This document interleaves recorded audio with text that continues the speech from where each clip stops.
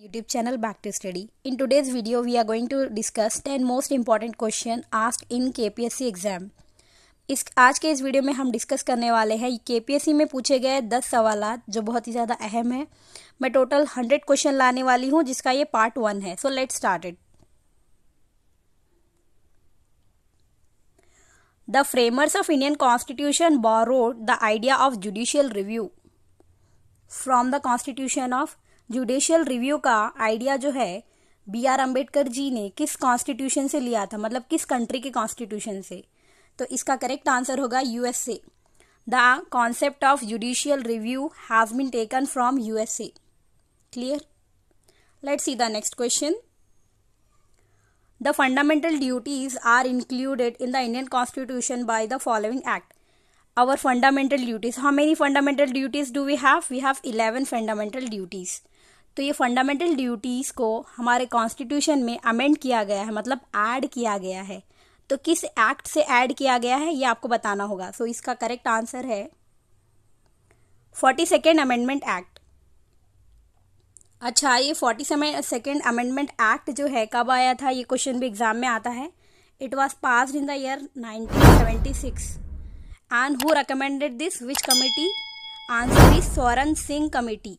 Swaran Singh committee ने 1976 में 42nd amendment act लाया था जिसमें हमारे फंडामेंटल ड्यूटीज ऐड हुए थे। क्लियर।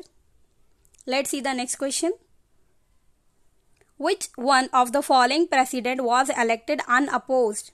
वो कौन से प्रेसिडेंट है जो बिना अपोज के भी इलेक्ट हो गए थे? इसका आंसर है doctor Neelam Sanjiva Reddy.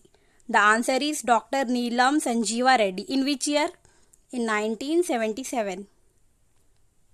Clear. Who can dismiss the governor from the office? Who can dismiss the governor from the office? President. If the governor willingly want to resign then also he need to address to the president. Okay, clear. Next question. Which of the following is the largest union territory?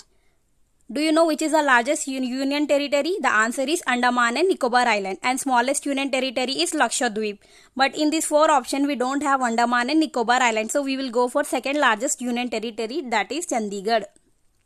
So here correct answer will be Chandigarh.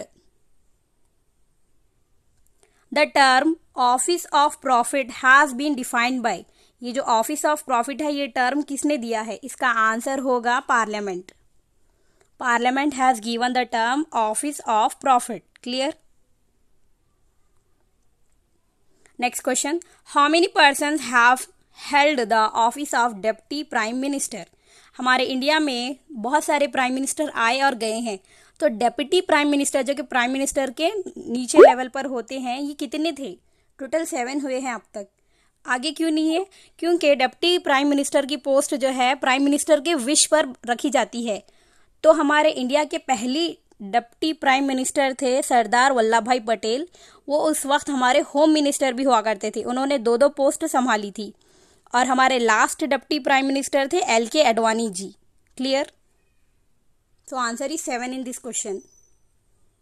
Which of the following language was added to the list of regional languages by 21st amendment?